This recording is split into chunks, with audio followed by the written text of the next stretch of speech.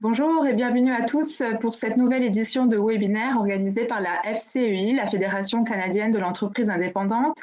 Aujourd'hui, donc, c'est un webinaire spécial. Nous sommes en compagnie de la BDC, la Banque du développement du Canada, et nous allons donc vous présenter le programme de crédit pour les secteurs très touchés, à savoir le PCSTT.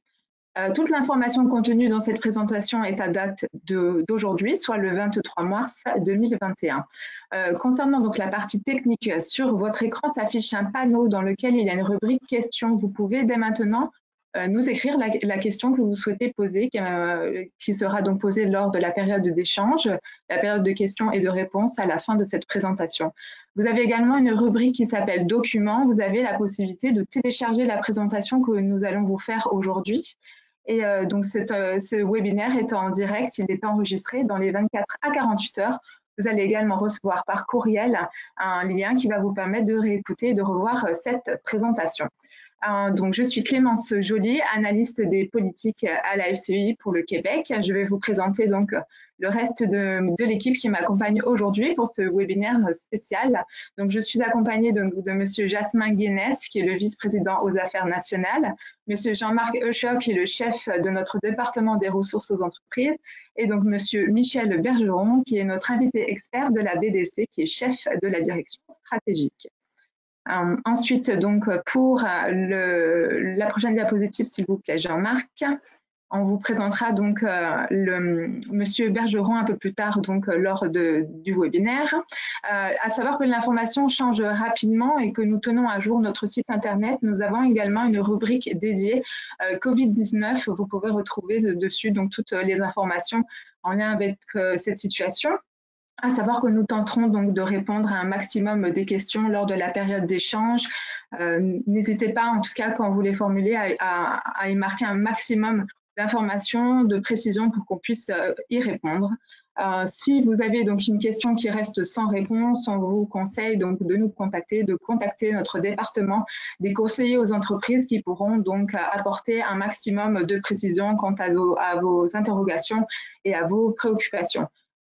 Ensuite, donc pour la prochaine diapositive, s'il vous plaît, depuis le début donc de la crise, on vous conseille vivement de créer un registre, de conserver toutes les informations que vous jugez essentielles en lien avec votre entreprise. Donc, ça peut être des factures, ça peut être des échanges, des conversations en interne, en externe, avec vos employés, avec vos fournisseurs, avec donc les agents du gouvernement et toute autre structure. Donc, c'est un dossier qui peut vous être nécessaire donc par la suite, et on vous invite vraiment à conserver un registre et donc à créer une archive en lien avec votre entreprise pour une fois que la crise donc sera terminée.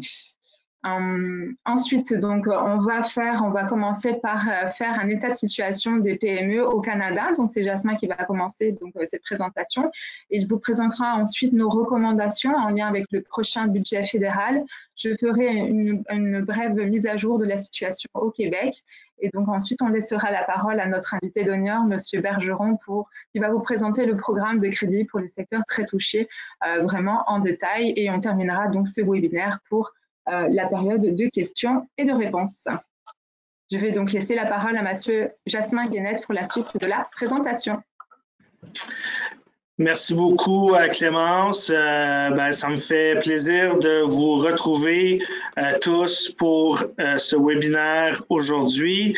Et puis, je vais présenter dans quelques minutes plus formellement notre invité spécial d'aujourd'hui. Mais avant toute chose, j'aimerais au fond revenir sur l'état de la situation concernant les PME, concernant la situation des PME basée sur notre plus récent tableau de bord. Donc, en date d'aujourd'hui, on voit que 62% des PME sont complètement ouvertes. Ça, c'est un petit peu plus élevé que notre dernière mise à jour du tableau de bord, simplement parce que tant au Québec que dans certaines autres parties du Canada, des restrictions ont été levées. Évidemment, on suit de très près là, la situation On parle beaucoup de troisième vague. Bon, on ne sait pas ce qui va arriver dans les différentes provinces, mais on a vu une augmentation du nombre de PME ouvertes et nous, c'est vraiment ça qu'on pousse le plus, hein, c'est-à-dire qu'on veut que les entreprises puissent demeurer ouvertes, servir leurs clients le plus possible, de manière évidemment sécuritaire, en assurant là, le plus possible la santé autant des employés que des clients, que des visiteurs, mais on veut s'assurer là, que le plus grand nombre d'entreprises puissent servir leur clientèle à la mesure de leurs ambitions.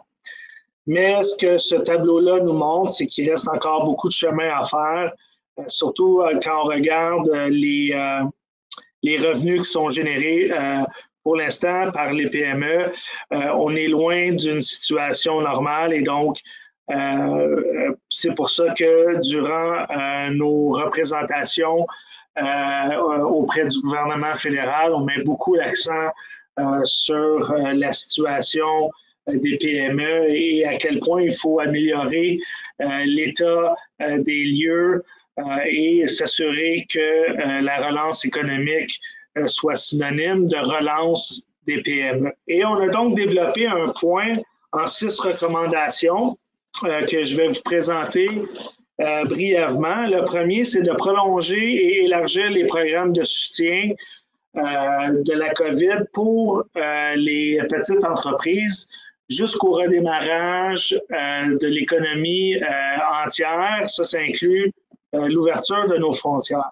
Et quand on parle de prolonger et élargir les programmes et qu'on fait des représentations à ce sujet-là, ben, bonne nouvelle, hier, on a reçu un communiqué de presse du gouvernement fédéral qui dit que la date limite pour présenter de nouvelles demandes au compte d'urgence pour les entreprises canadiennes a été reportée au 31 mars, du 31 mars au 30 juin. Donc, les demandes ont été reportées pour le QEC du 31 mars au 30 juin. Ça, c'est une demande qu'on faisait depuis un certain temps déjà. Et la prolongation s'applique aux nouvelles demandes et aux demandes présentées pour les entreprises qui ont déjà reçu le prêt et qui veulent avoir la somme supplémentaire de 20 000 $. Donc, on voit que prolonger et élargir les programmes, c'est une priorité pour les membres de la FCI. On fait beaucoup de représentations. Et hier, le gouvernement a décidé d'aller en ce sens-là pour le compte d'urgence pour les entreprises canadiennes. On demande également de mettre en place un moratoire sur toute nouvelle taxe et sur les nouveaux coûts des petites entreprises. L'année 2020 a été très difficile. Les 12 derniers mois ont été très difficiles et donc on demande au gouvernement de ne pas imposer des nouveaux coûts aux entreprises qui ont été particulièrement touchées par la pandémie. On demande également de pardonner davantage de dettes. La dette moyenne au pays s'élève à 170 000 $ et donc que les PME ont contracté depuis le début de la pandémie. Donc, il faut vraiment s'assurer que davantage de dettes soient pardonnées et également qu'on prolonge les délais pour rembourser les montants qui ont été empruntés. Donc, par exemple, vous le savez, sans doute qu'il faudra, pour les entreprises qui ont contracté le prêt du compte d'urgence pour les entreprises canadiennes, le rembourser d'ici la fin 2022. Si au début de la pandémie, on pensait qu'on avait encore beaucoup de temps là, avant pour rembourser, mais on se rend compte qu'avec le temps qui passe, cette échéance-là arrive assez rapidement. Donc, pardonner davantage de dettes et prolonger les délais, ça fait partie de nos recommandations qu'on fait parvenir aux différents élus fédéraux. Ensuite, on mentionne de mettre en place des mesures incitatives à l'embauche pour s'assurer que ce soit plus facile que de réunir au fond les employés avec les employeurs. Cette réunion-là, de ramener les gens au travail, c'est vraiment une pièce maîtresse pour assurer une relance vigoureuse des PME. La réduction de la paperasserie, c'est toujours une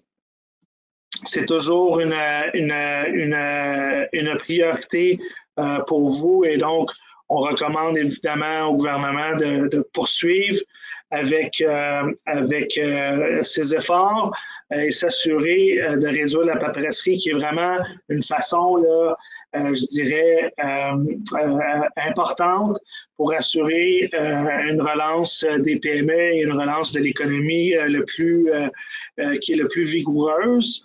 Et également, parmi nos recommandations principales, on dit au gouvernement fédéral d'attendre avant de mettre en place des mesures incitatives à la consommation pour que toutes les entreprises de ne pas mettre en place ces mesures incitatives-là avant que toutes les entreprises, les petites entreprises soient réouvertes. Et donc, ces 6 recommandations-là, on les retrouve dans un document qu'on a fait parvenir au gouvernement fédéral il y a déjà quelques semaines. On a des rencontres presque à tous les jours avec les élus. Demain, on rencontre la ministre des Petites Entreprises, Mary Ng. On a rencontré ce matin le secrétaire parlementaire de la ministre Freeland. On a rencontré le président du comité des finances. On a rencontré le leader du NPD. On a rencontré le caucus économique du Bloc québécois. On va rencontrer le leader des conservateurs la semaine prochaine. On est en communication régulièrement avec le département des finances et plusieurs autres départements et fonctionnaires pour s'assurer que les priorités que je viens de vous présenter, qui sont vos priorités, que vous avez identifiées dans les nombreux sondages qu'on vous a fait parvenir, mais que ces priorités-là soient bien connues, comprises par les élus, par la fonction publique et éventuellement voir un certain nombre d'entre elles être adoptées et devenir politique publique. On a également un certain nombre de recommandations supplémentaires qu'on fait lorsque on rencontre les élus. Le gouvernement libéral avait promis d'éliminer les frais de transaction par carte de crédit sur les taxes de vente. Ça n'a toujours pas été fait, donc on le talonne depuis très longtemps à ce sujet-là. Et puis, comme vous le savez, peut-être, il y a un projet de loi C-208 qui a été déposé en Chambre récemment pour rendre la vente d'une entreprise familiale plus facile lorsque celle-ci est vendue à un membre de la famille, hein, que le traitement fiscal soit le même que pour une vente à une tierce personne. On a fait des représentations. On était au comité des finances il y a une semaine ou deux à ce sujet-là pour présenter la position de la FCEI et on espère pouvoir vous transmettre un peu des bonnes nouvelles et que le projet de loi sera adopté. Il a déjà passé par le comité des finances, donc il devrait y avoir un vote final dans les prochaines semaines. Et la dernière recommandation que je voulais vous présenter ce matin, aujourd'hui, donc ce midi, c'est celle d'améliorer le commerce interprovincial pour s'assurer qu'il n'y a pas des réglementations qui empêchent une entreprise du Québec d'envoyer sa marchandise à l'extérieur du pays juste pour des raisons de paperasserie. Et la même chose qu'une entreprise ne puisse soit empêchée d'envoyer ses produits d'un bout à l'autre du pays juste pour des raisons de paperasserie. Donc, je voulais vous présenter ça aujourd'hui parce que c'est vraiment important. Les rencontres qu'on fait ces temps-ci, on prévoit qu'il y aura un budget fédéral dans peu de temps. On ne connaît pas la date précise encore et on met beaucoup d'énergie pour s'assurer que les élus et la fonction publique fédérale soient bien au courant de nos recommandations principales et on va évidemment vous tenir au courant par l'entremise du webinaire et de nos infolettes des changements au programme et des du budget fédéral là, qui pourrait être dévoilé là, très bientôt. Et donc, sur ça, je vais laisser la parole à ma collègue Clémence et je vais vous revenir un peu plus tard pour vous présenter M. Bergeron. Merci Jasmin. Écoutez, on a voulu également vous faire un petit tour d'horizon de la situation au Québec. Donc en date d'aujourd'hui, il y a toujours deux zones, la zone orange et la zone rouge. Il y a eu donc des mesures qui ont été mises en place récemment et d'autres à venir. Donc on parle bien entendu de réouverture de certains commerces. On a eu également un prolongement du couvre-feu et pour certaines régions, donc un passage dans un code couleur donc inférieur en zone jaune et en zone orange, donc pour certaines régions du Québec. On souhaite également vous parler donc de la trousse de tests rapides. Donc c'est un outil supplémentaire que certaines entreprises privées pourront mettre en place au sein donc de leur milieu de travail. À savoir que dans les images, j'ai ajouté donc les hyperliens qui vont vous diriger vers les sites internet ressources et notamment pour la plupart vers ceux du gouvernement. Donc si vous souhaitez avoir plus d'informations et plus de détails sur cette trousse de tests rapides, n'hésitez pas donc à consulter la page du gouvernement, à savoir que donc c'est sous certaines conditions, il faut vérifier les exigences que le gouvernement demande. Ensuite, si vous souhaitez vous inscrire, non, j'ai l'autre diapositive, s'il vous plaît, la précédente, je n'avais pas terminé de parler, donc merci Jean-Marc. Si vous souhaitez vous inscrire donc volontairement dans la campagne de vaccination, vous pouvez donc nous faire part de votre intérêt auprès de l'un de nos collaborateurs, Monsieur Julien Dubois. Vous allez retrouver donc également sur cette diapositive son courriel et donc si vous souhaitez mettre à contribution un local ou des ressources, vous pouvez le faire savoir et on fera donc le relais directement auprès du gouvernement du Québec. Ensuite, je vais vous présenter avec la prochaine diapositive donc les mesures et les assouplissements en zone orange. Donc on est sur un couvre-feu de 21h30 à 5h du matin. Donc voilà, il y a certaines entreprises, certains commerces, les soins personnels et esthétiques, les bibliothèques, les cinémas, tout ça donc sont ouverts. On est bien entendu avec des restrictions, je veux dire, d'ordre général, le port du masque, la distanciation sociale, la limite de capacité d'accueil et pour donc certains commerces et certaines activités, beaucoup plus d'exigences spécifiques. Écoutez, je ne vais pas toutes les détailler, mais voilà ce qu'il faut retenir. Donc, il y a plusieurs zones qui sont passées donc, de la zone rouge à la zone orange, l'Estrie, la Mauricie, le centre du Québec, Chaudière-Appalaches et Capitale-Nationale. Les autres donc régions, Montréal, Laval, Montérégie, Lanaudière, restent donc en zone rouge. On a également une ouverture concernant un déconfinement, un déblocage en lien avec les activités sportives, notamment certaines pratiques donc, et installations sportives. Pour la diapositive suivante, s'il vous plaît, je vais vous parler donc des mesures et des assouplissements en zone rouge. Donc, depuis le 17 mars, donc le couvre-feu est de 21h30 à 5h du matin. Il y a également un déconfinement donc en lien avec des commerces, les boutiques, les soins personnels, les instituts de beauté, les musées, les zoos, les cinémas. Les bibliothèques, etc. On est toujours avec la mise en place de restrictions de mesures sanitaires.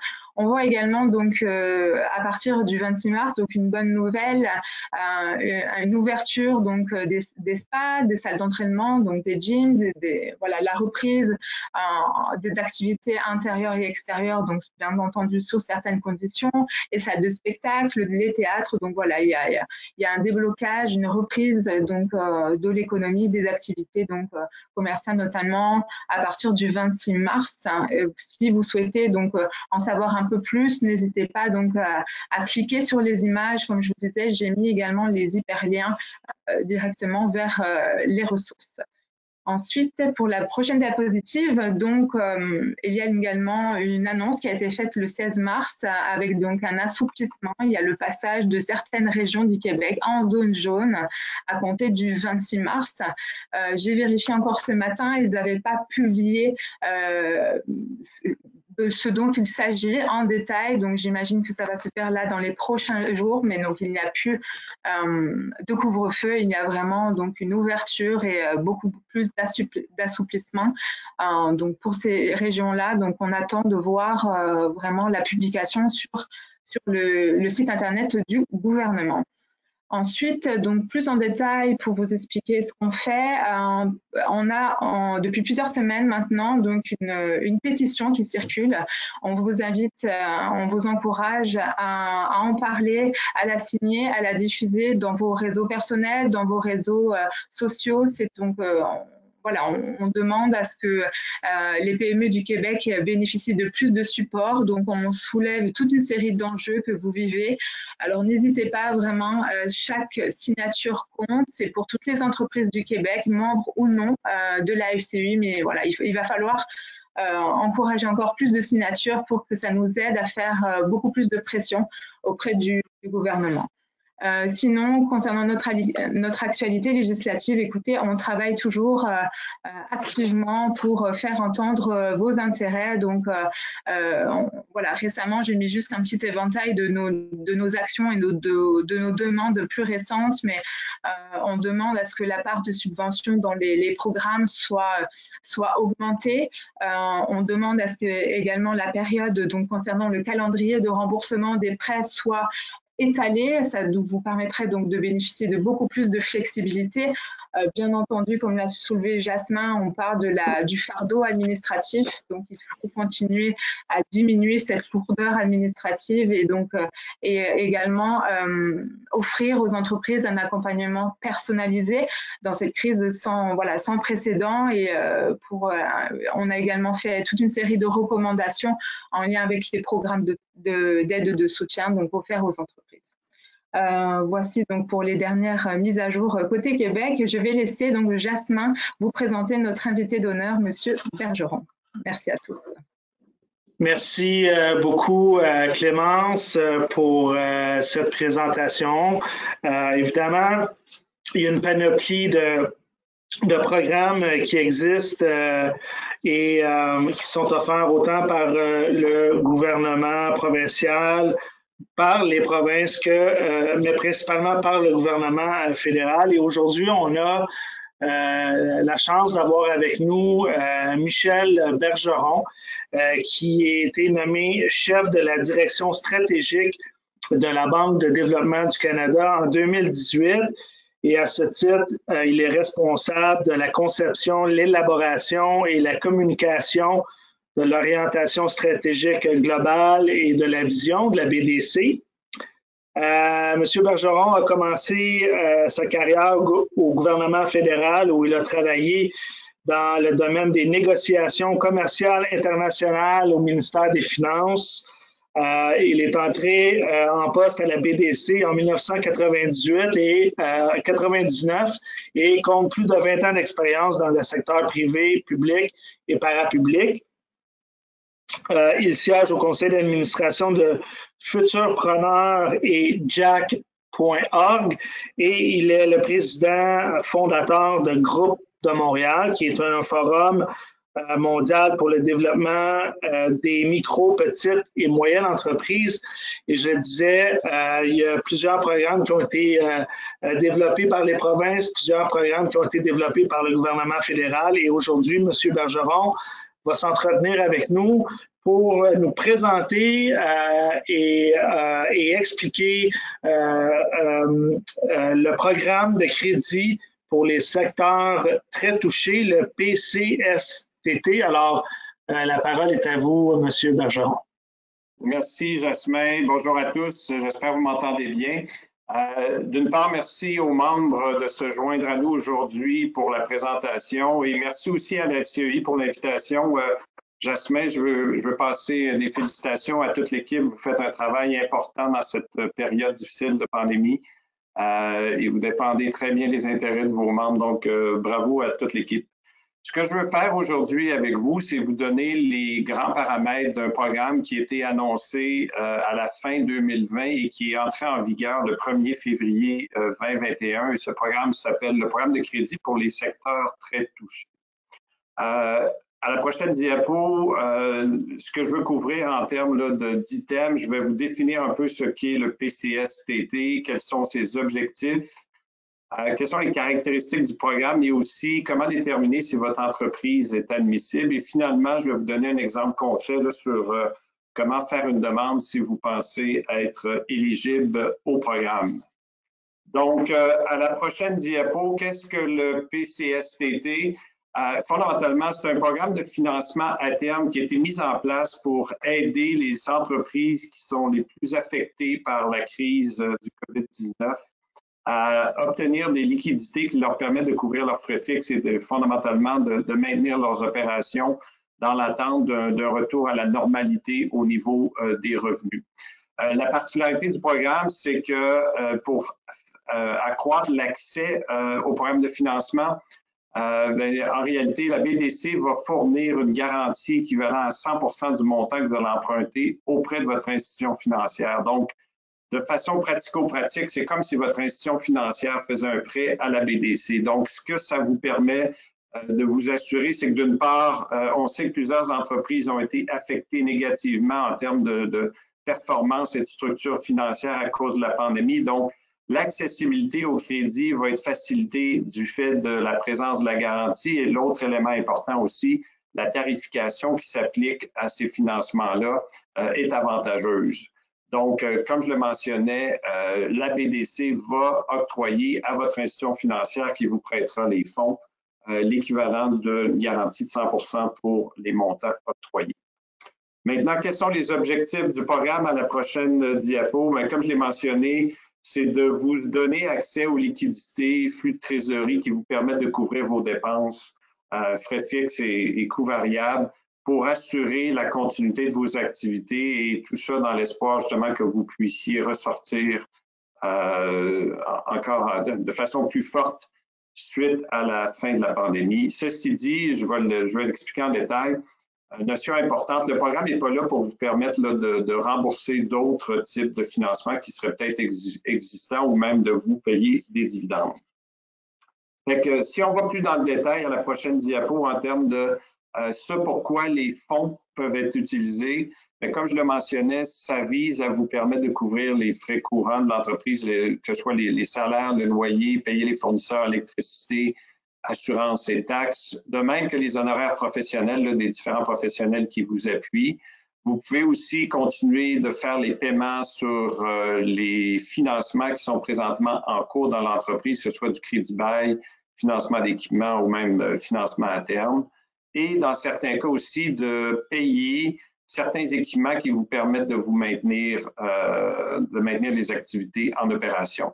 Donc, par exemple, l'achat de plexiglas ou d'amélioration pour respecter les règles de confinement, ce sont des dépenses qui sont admissibles. Ceci dit, les fonds du PCSTT ne peuvent pas être utilisés, comme je le mentionnais, pour rembourser des dettes. Donc, par exemple, vous empruntez 500 000 $ sur le PCSTT, mais vous ne pouvez pas l'utiliser pour rembourser une autre dette de 500 000 $ qui existe. De même que les fonds ne peuvent pas être utilisés pour payer les dividendes aux frais de gestion. Et il y a certaines conditions qui s'appliquent aussi pour ce qui est des prêts d'actionnaires durant les 12 premiers mois.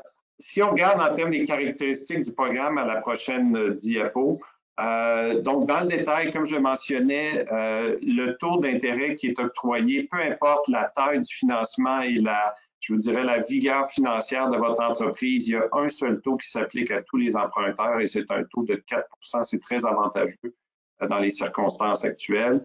Et les montants, je vous dirais que vous pouvez utiliser ou emprunter varient de 25 000 $ jusqu'à 1 million de $. Et dans certains cas, si vous disposez de plusieurs identités, par exemple à l'intérieur d'un holding, bien, vous pouvez emprunter jusqu'à un montant maximal de 6,25 millions de $. Les prêts vont être remboursables sur une période maximale de 10 ans et il est possible, lors de la conclusion justement de la transaction, de demander un report de 12 mois pour ce qui est du versement initial en capital.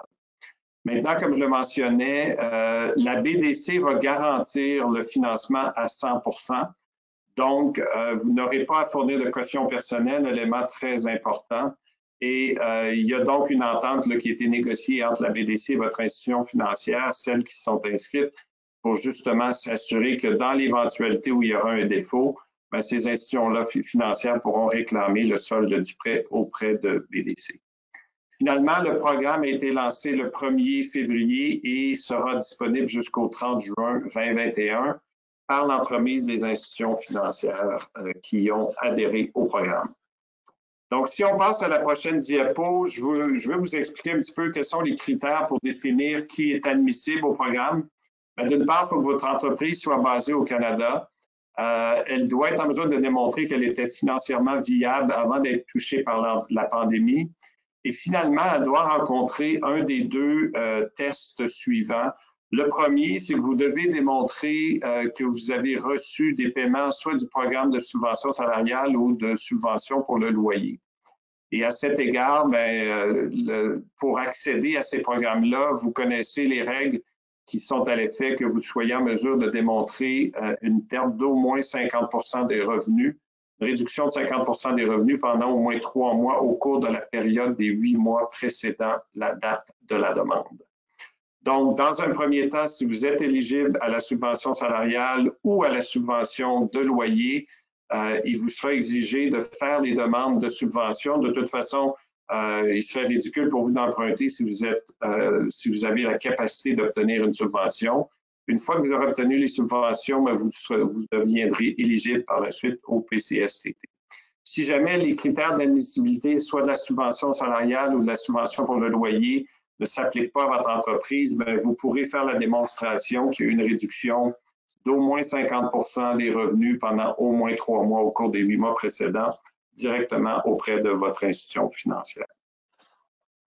Donc, si on passe à la prochaine diapo, de façon pratico-pratique, je vous dirais, le premier réflexe pour déterminer si le programme s'applique à vous ou non, ce serait de contacter votre institution financière. Et là, une nuance importante, on dit votre institution financière principale. Donc, si vous faites affaire avec plusieurs institutions, je vous dirais la règle, c'est d'utiliser l'institution financière qui dispose présentement d'une hypothèque universelle sur vos actifs. La liste des institutions financières qui sont admissibles au programme est disponible sur notre site web et je vais vous donner l'adresse dans quelques instants. Mais faites à noter, là, il y a plus de 44 institutions financières qui ont adhéré au programme pour l'instant et ça couvre, je vous dirais, l'essentiel du marché à travers le pays. Et entre autres, pour ce qui est du Québec, la Banque nationale et Desjardins sont des institutions financières partenaires. C'est votre institution financière principale donc qui va déterminer si vous êtes éligible ou non au programme. Et dans l'éventualité, votre institution financière ne fait pas partie de la liste des institutions financières participant au programme, vous aurez toujours l'option d'utiliser une autre institution financière, mais faites à noter, vous ne pouvez qu'utiliser qu'une seule institution financière pour accéder au programme. Donc maintenant, si je vous donne un exemple à la prochaine diapo, un petit peu là, comment tout ça va procéder en termes d'étapes à suivre. Dans un premier temps, comme je le mentionnais, vous contactez votre institution financière, votre banque ou Caisse populaire pour déterminer est-ce que vous rencontrez ou non le test d'admissibilité. Et une fois que l'admissibilité au programme est confirmée, votre institution financière va vous référer à un site web BDC où on va vous demander de remplir un bref formulaire avec certaines informations au niveau de votre entreprise. Et une fois que le formulaire est soumis, vous allez recevoir un identifiant unique que vous pourrez par la suite transférer à votre institution financière. Et par la suite, c'est un processus normal où votre institution financière va traiter votre demande de crédit et ultimement octroyer une décision de confirmation du montant qui est octroyé. Vous pourrez signer les documents et par la suite, le montant du financement sera rendu disponible à votre entreprise. Donc, comme je le mentionnais, étape importante, contactez votre institution financière. Et je vous inviterai donc, pour clore la discussion d'aujourd'hui, à la prochaine diapo, on vous a mis les coordonnées il y en a une section de notre site web sur bdc.ca qui donne l'essentiel des informations par rapport au PCSTT et entre autres qui donne la liste des institutions financières participantes au programme. Donc, je vous invite à venir sur notre site Web, consulter la liste des institutions financières participantes et par la suite, si vous pensez être admissible au programme, d'approcher votre institution financière à cet égard. Donc, Jasmin, ça complète la présentation. Il me fera plaisir de répondre à des questions si jamais. Merci beaucoup, M. Bergeron, pour cette excellente présentation qui remplit d'informations importantes pour mieux connaître le programme et mieux savoir comment faire des demandes. D'ailleurs, je voudrais commencer là, la première question justement sur la question des demandes. Là. Il y a un certain nombre de questions qui sont rentrées qui peuvent être regroupées là, sous le même thème. Là. Donc, comment commencer ma demande et est-ce qu'il y a des choses que je peux faire pour préparer ma demande et accélérer le processus? Là. Comme je le mentionnais, Jasmin, là, je vous dirais, la première action à prendre, allez sur notre site Web pour déterminer si votre institution financière principale. Et comme je l'ai mentionné, principale, c'est une institution financière avec laquelle vous avez déjà reçu des financements à l'heure actuelle. Validez votre institution et fait partie du programme. Et si c'est le cas, par la suite, approchez votre institution financière pour engager les discussions. Je vous dirais, les directeurs de compte dans les institutions financières participantes ont été formés par rapport aux critères du programme et rapidement, ces gens-là devraient être en mesure de vous aiguillonner à savoir, oui, vous êtes admissible et voici maintenant la prochaine étape. En termes d'étapes administratives, c'est relativement simple, comme j'ai mentionné. Si votre admissibilité est confirmée par votre institution financière, vous allez ensuite être référé à un formulaire sur bdc.ca que vous complétez en quelques minutes. Et par la suite, vous pourrez continuer les démarches auprès de votre institution financière. Très bien. Le programme s'appelle Programme de crédit pour les secteurs très touchés. Est-ce qu'il y a une liste de secteurs comme tel pour lesquels le programme s'applique? Comment ça fonctionne? En fait, plutôt que d'essayer de limiter ça en fonction de votre secteur d'activité, il était déterminé qu'il était plus pertinent parce qu'on le sait, il y a plusieurs secteurs qui ont été affectés, mais plutôt que d'essayer d'avoir une liste exhaustive, on utilisait un critère de réduction des revenus de 50 pour 3 des 8 mois là, précédant la période de demande. Donc, on ne limite pas l'accessibilité à des secteurs en particulier. Ceci dit, le test d'admissibilité, c'est un enjeu de perte de revenus. Et est-ce que vous pouvez justement répéter ça, le 50 les 3 mois, 8 mois avant de faire la demande? J'ai l'impression que c'est important là, de bien expliquer ça, de bien clarifier ce critère-là. Oui, donc on parle d'entreprises qui ont une perte de revenus excédant 50 pour 3 mois au cours des 8 mois précédents. Donc, ça n'a pas nécessairement besoin d'être 3 mois consécutifs, mais ça doit être démontré pour au moins 3 mois sur les 8 mois précédant la période de la demande. Donc, on sait que plusieurs entreprises ont une saisonnalité dans leurs activités. Donc, encore une fois, on voulait s'assurer d'avoir une flexibilité qui permettait d'aider celles qui étaient les plus touchées. Et donc, dans votre présentation, vous avez mentionné que les entreprises, pour être admissibles, doivent avoir reçu des paiements de la subvention salariale ou de la subvention au loyer. Qu'est-ce qui arrive si des entreprises n'ont pas reçu des paiements de ces programmes-là? Est-ce qu'ils peuvent quand même appliquer pour votre programme? Oui, mais tel que je le mentionnais, si vous n'avez pas encore réclamé, mais que vous êtes admissible, on vous encourage, en fait, on exige que vous obteniez à la fois l'admissibilité et même la réception de ces subventions-là avant de pouvoir appliquer sur le PCSCT. La raison pour laquelle ça a été designé de la sorte, c'est qu'on veut s'assurer que les entreprises accèdent aux subventions avant d'accéder à du financement. Et si jamais l'entreprise ne se qualifie pas en termes des critères d'admissibilité, tel qu'on le mentionnait, il est quand même possible de faire la demande, mais vous devriez faire la démonstration auprès de votre institution financière. Très bien, merci beaucoup. Une question aussi sur quoi peuvent servir les prêts. Je sais que vous aviez une diapositive là, pour l'utilisation des prêts, à quoi ça peut servir et à quoi ça ne peut pas servir. Une question aussi sur est-ce que le prêt est-ce qu'une entreprise peut utiliser ce programme-là pour aider au financement d'une acquisition, soit d'une autre entreprise ou l'acquisition, par exemple, d'équipements, des choses comme ça? Est-ce que c'est possible de l'utiliser dans ce contexte-là? Je vous dirais, là, puis encore une fois, il faut faire attention là, parce qu'il pourrait toujours avoir des cas d'exception, mais la règle, c'est qu'on octroie un financement qui permet la continuité des affaires. Donc, est-ce que l'investissement est nécessaire à la continuité des affaires? C'est l'ultime test. Tel que je mentionnais, l'achat d'équipements, par exemple, de plexiglas, de mesures de protection et autres qui permettent d'assurer le respect des règles de confinement tout en maintenant les opérations, c'est une dépense admissible.